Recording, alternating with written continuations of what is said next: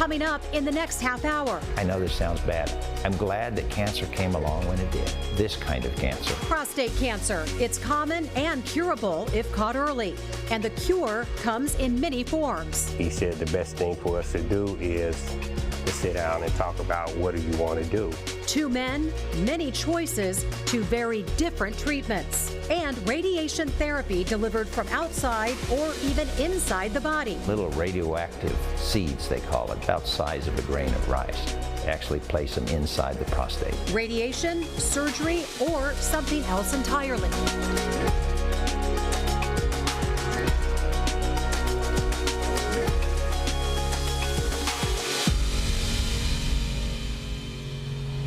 Welcome to the Morning Medical Update. Cancer, choices, hope, and science. We are coming to you from the Dulce Simons Jr. Family Broadcast Studio here at the University of Kansas Health System. I'm Jessica Lovell. Prostate cancer is one of the most common cancers. 1 in 8 American men will get it, according to the American Cancer Society. And the statistics are even worse for black men. Thankfully, prostate cancer is often slow growing. If you catch it early, it's survivable. And more awareness has led to more research, which has led to a range of new treatment options. When Paul Henson learned he had prostate cancer, he did what he does best, research. And as Janine Kiesling shows us, he decided on a special kind of radiation treatment. 6 days a week, Paul Henson and his son John can be found working out together. It's a tradition that began last year after Paul was diagnosed with advanced prostate cancer. I jumped on the fitness train right away. I mean, that is the way to counteract the side effects of treatment for prostate cancer. That head-on approach is how Paul lives his life and what he credits with his success as a lawyer, a dad, and husband. It's also what led him to the University of Kansas Cancer Center. I'm an attorney. You never just believe the first thing you hear. With medical stuff, it's just pretty standard for me to say, I'd like another opinion. Paul was methodical in his research and actually talked to several doctors before he made up his mind. He knew he didn't want surgery. Instead, he wanted to try a multimodal approach: radiation, hormone deprivation, and brachytherapy. Brachytherapy is a cancer treatment in which radioactive seeds are implanted in the prostate with needles to kill nearby cancer cells. The good sources indicate that brachytherapy combined with radiation and hormone therapy is a very good treatment and decrease the chances of reoccurrence to, well, practically zero. As for the right doctor, once Paul says he talked with Dr. Ronald Chen, his mind was made up. He clearly knew what he was doing, had a lot of experience. He was just as willing as could be to answer questions from a patient like me who kind of demands that the doctor articulate why he wants to do a certain course of treatment. Dr. Chen was good at that, better than the other doctors that I had already seen. Paul says his cancer responded to treatment right away and is almost undetectable in his blood work. He expects to make a full recovery and says his diagnosis has only made him stronger and couldn't have come at a better time. Here, it's a comprehensive cancer center, one of the 53. It's not like I got to drive from Liberal, Kansas or something every day for treatment. I was retired, so I didn't have to work around a job. I have Medicare, so I don't have to work around insurance. It's like getting a flat tire driving past the tire store. You can just turn in and get it fixed. Hello, welcome to Radiation Oncology. Is this your first time here? Well, that's what I feel like prostate cancer diagnosis was for me. It wasn't bad, it was good. And we are happy to have Paul Henson joining us now, as well as Dr. Ronald Chen, radiation oncologist and the chair of radiation oncology at the University of Kansas Cancer Center. Nice to see you, Doctor. Paul, let's start with you. We just heard you say that the prostate cancer diagnosis for you wasn't bad, it was good. Can you just tell us more about that? Here I was in my late 60s, and I had just retired, and frankly wasn't in the best of health. And I just think that without this coming along when it did, I never would have just started down that road to health, started working out and made changes to the diet. Everybody says you should do that, but it just takes a motivator to start. So from that standpoint, the diagnosis was a good thing for me. Yeah, it's almost like it made it so you had time to take care of yourself and seek good treatment. You could have had surgery. Why did you want radiation instead? Well, I did my research on that, and surgery is one option, radiation another. I became convinced after doing research that radiation was going to be the right road for me because the side effects are different with the different treatments, and I thought the radiation side effects were more tolerable, more acceptable to me. And then when I met Dr. Chen, that kind of confirmed in my mind that this was going to be the right road for me. Dr. Chen, was Paul's cancer at risk of spreading? And if so, does that impact treatment? Absolutely. I mean, with every cancer, and prostate cancer included, there's different stages of diagnosis. And Paul's prostate cancer was at a higher stage, and so it was at risk for spreading. And of course, then the treatment for every stage is different. So with Paul, and so I think for every prostate cancer, the first thing you need to understand is, well, what stage am I, or what risk group am I? There's low, intermediate, high. Paul's was in the high risk category, and so we designed a treatment plan specifically for that. So Paul chooses radiation over surgery, but then he still had to decide what form of radiation to get. So tell us why proton beam therapy was right for Paul. Yeah, I think for radiation therapy, I mean, for any treatment, there's two very important goals. One is we want to minimize side effects as much as possible. The other thing is we want to offer the highest chance for cure. And there's many forms of radiation treatment now for prostate cancer. Proton therapy and the brachytherapy, which is called radioactive seeds, are actually the two most accurate forms of radiation that can target the prostate and treat the cancer with minimal radiation dose outside. And for Paul, we use both proton and the seeds to design his treatment plan. So Paul, you're coming to the hospital day after day for 5 weeks. Is it fair to say that your medical team is kind of like family now? Oh, well, definitely. Every day for 5 weeks, even the people that park the cars and the receptionist and the proton team, they're just part of my cancer journey, and hopefully I've become a little part of their lives.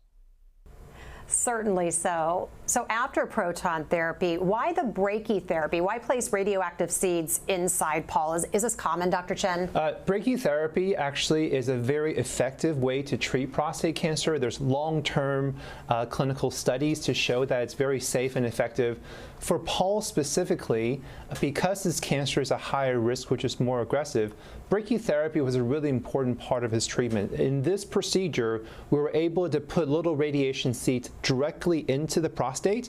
It doesn't get any more accurate than that. We can put the treatment exactly in the prostate without going through other tissue, and it's really also where the radiation can have the most effect to really directly treat the aggressive cancer.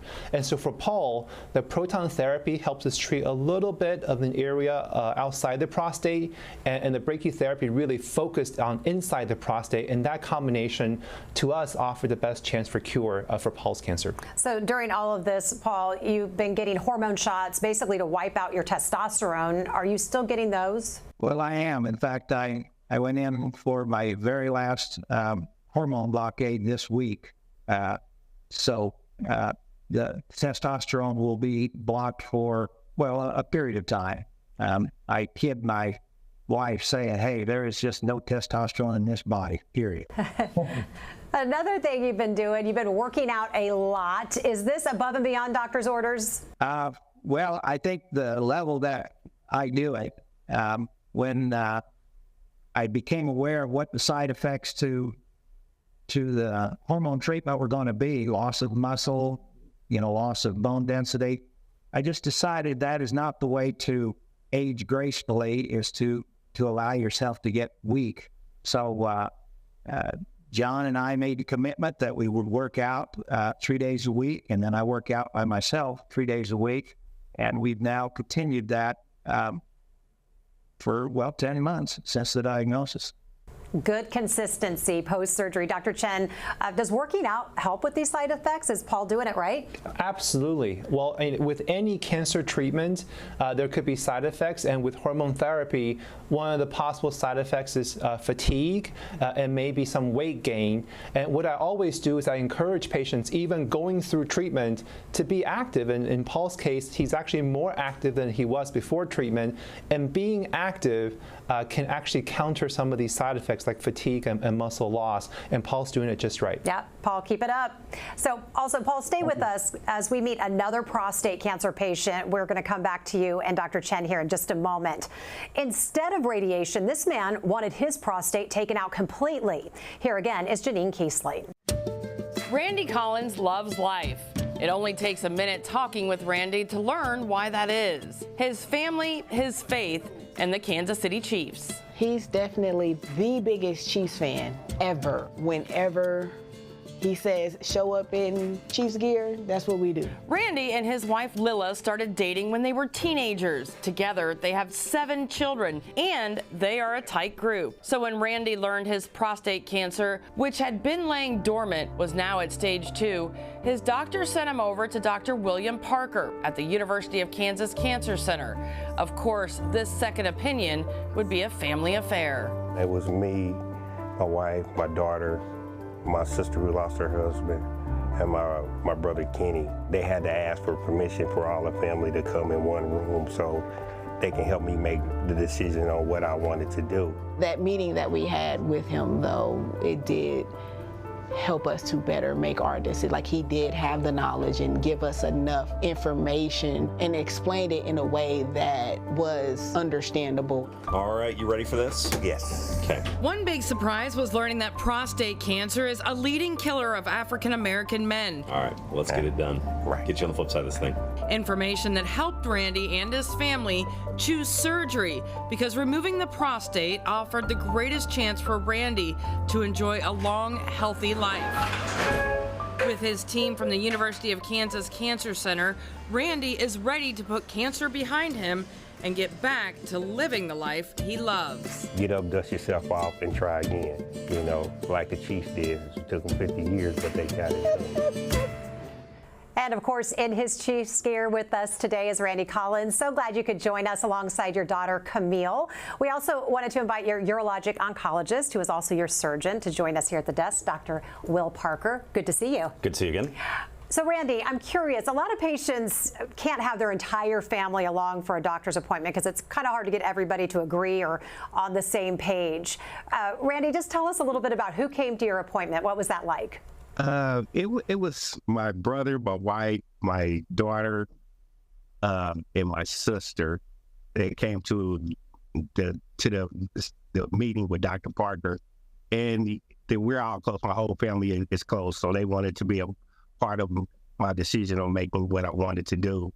So at first I was gonna be like Paul. I was thinking about doing a proton beam, and they said no, because I was doing our research on it.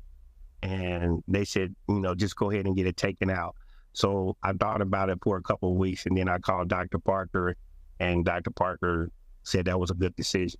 So Camille, why was it important for your whole family to be a part of this? We needed to show him that he had support. We're really big on that. We're a huge family on both sides. And I'm a bit of a stickler when it comes to my dad.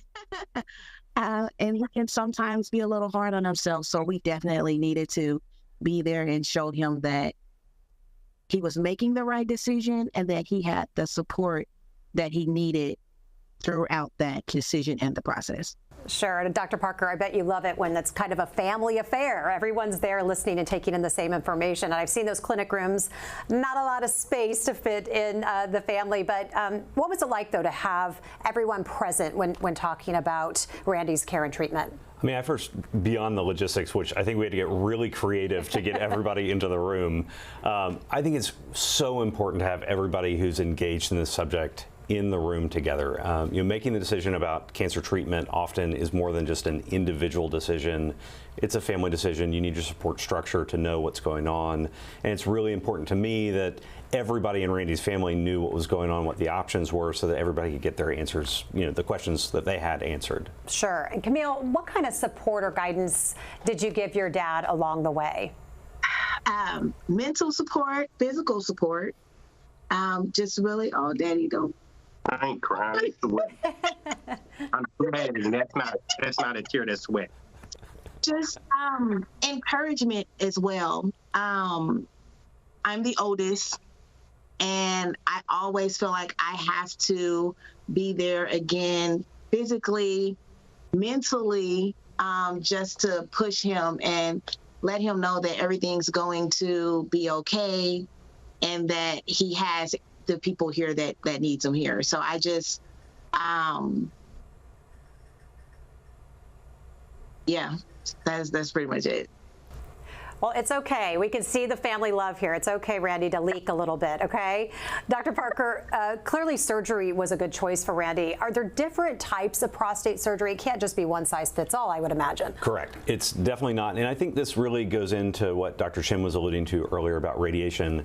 We often simplify the discussion of prostate cancer treatment to it's just surgery or it's just radiation, and it's really a lot more nuanced than that. Once somebody elects to do surgery, there are disease features that go into how we might approach the surgery, how we might save surrounding tissues for sexual function or for urinary function. And so it's a bit of a decision-making process between us as the providers and Randy, the patient, to come up with what's going to be the optimal treatment that meets the goals of cancer care with quality of life at the end of it. So, Randy, it's been about 3 weeks since your surgery. How are you feeling? How's your recovery been? It's been slow. A couple of days ago, I wasn't feeling too good, but I managed to make it through it. But it's been real slow. Just sometimes it's a little annoying trying to, turn your body over again on what you need to do. But, I'm staying motivated and it's working out pretty good. Following doctor's orders. So, Dr. Parker, when did some of those side effects start to subside a bit? It comes in waves. There's some, the initial period where, unfortunately, Randy's in the thick of it right now with what tends to be the hardest part of the recovery. There's some rapid recovery that happens during those first few weeks and months. And then things just gradually get better day by day until most of the side effects should resolve. Back up and running again. So we had mentioned earlier that Black men get prostate cancer and die from prostate cancer at higher rates. What's behind this racial disparity, Dr. Parker? What can we attribute that to? There are a lot of factors that play into that disparity. Some of it is, some social determinants of care, how the healthcare system is organized. We know that there are healthcare disparities that begin long before patients even are diagnosed with prostate cancer, when we're speaking specifically about prostate cancer. And that can influence when people get diagnosed. They may have more advanced disease, and that sets them up for worse survival outcomes. In fact, there's data that show in systems where there's equal access to care, outcomes are relatively the same. And so we do believe a lot of the disparities is on us, as a healthcare system, ensuring that there's equality in access to care and equality in how we approach this process. And Randy and Camille, you actually were surprised to learn about these disparities, even though you actually had friends and family diagnosed and even die of the disease, right? Yeah. My brother-in-law passed from it about, 5 years ago? It's been about 5 years. He had prostate cancer, and he was in stage 4 within about maybe a couple years. So there was nothing more that he could do but just make him comfortable. Dr. Chen, what can you add to this conversation regarding racial disparity? Yeah, and this is actually an area of a lot of interest of mine. I do research in this area. It's also an interest, I think, of passion to try to solve this problem. I do think what Dr. Parker said is absolutely correct.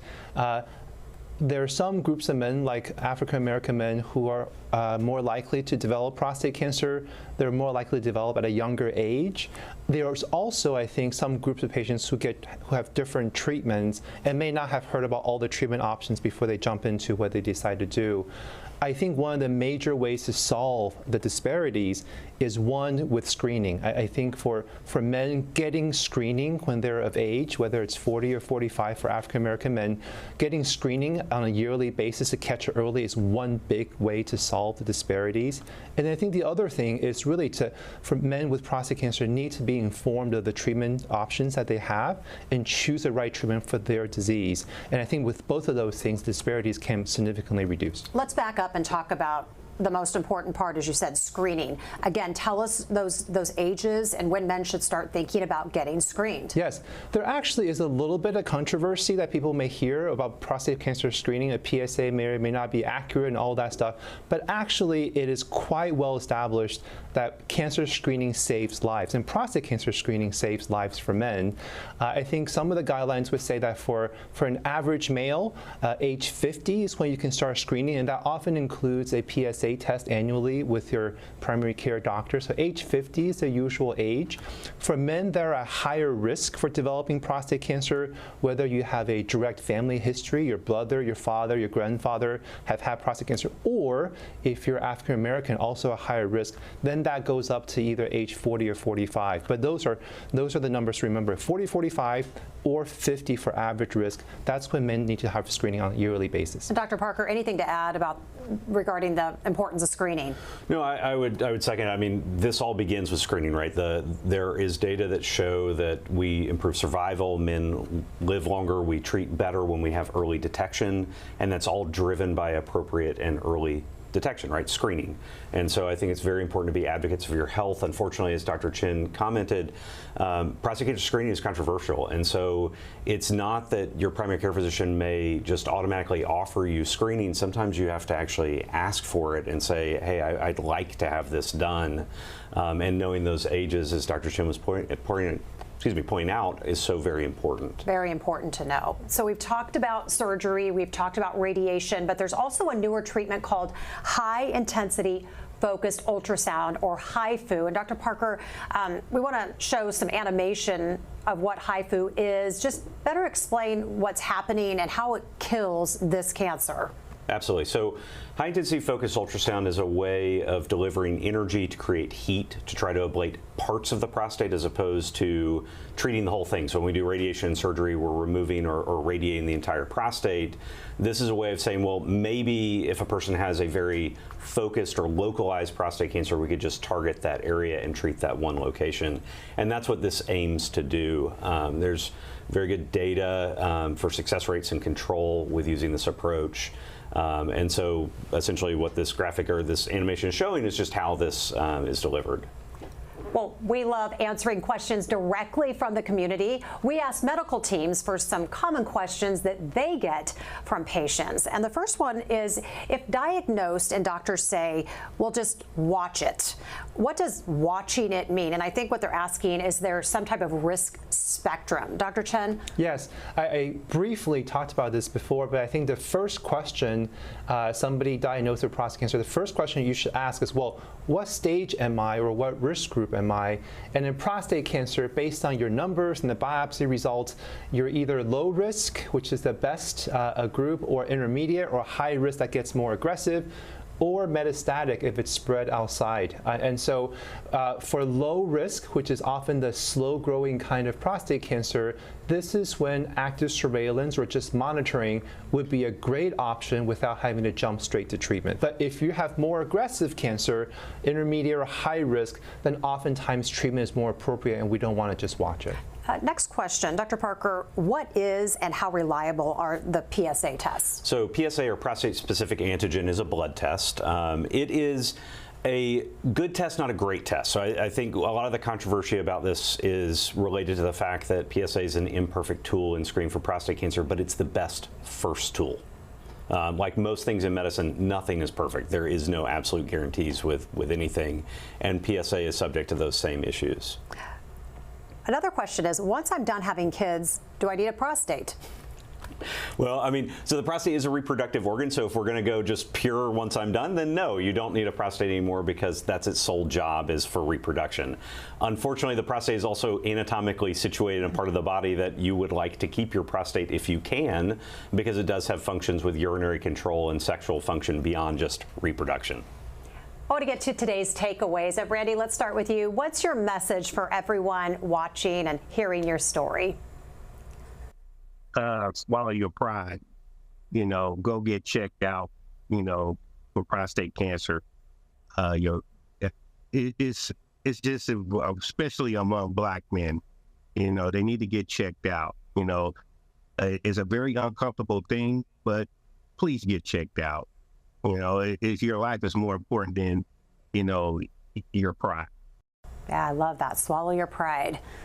Great message. Paul, what's the takeaway from your story? Well, I echo the advice to get checked.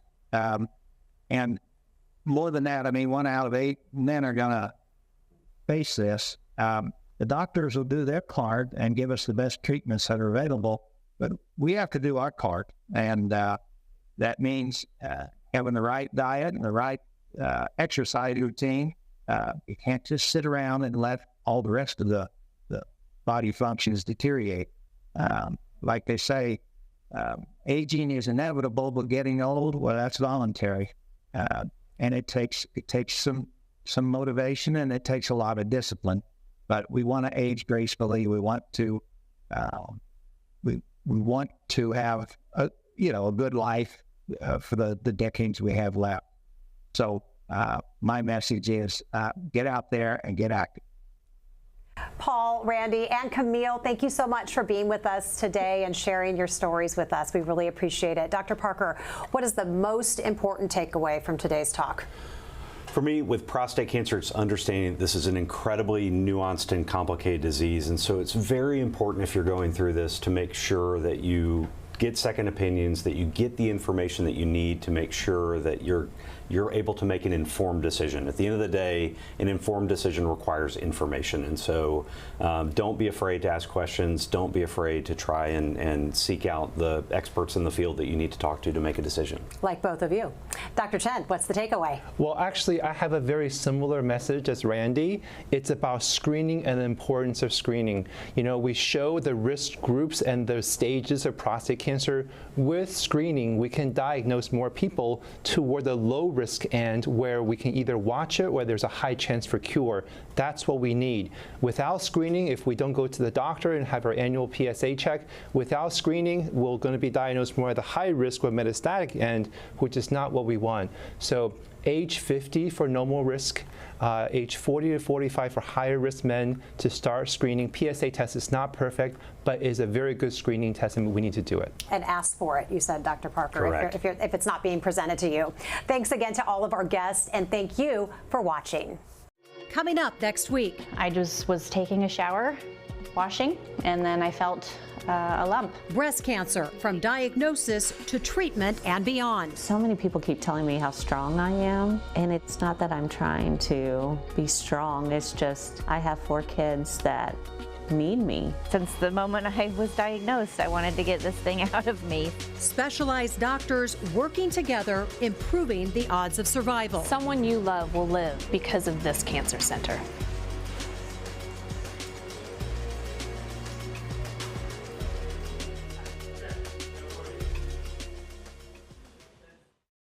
Hi, I'm Dr. Ron Chen, Clinical Service Chief of Radiation Oncology at the University of Kansas Health System. If you have an elevated PSA, are at high risk for prostate cancer, or have been diagnosed with prostate cancer, you need to see an expert who treats only prostate cancer. Call 913-588-1227 to connect with a nurse navigator today.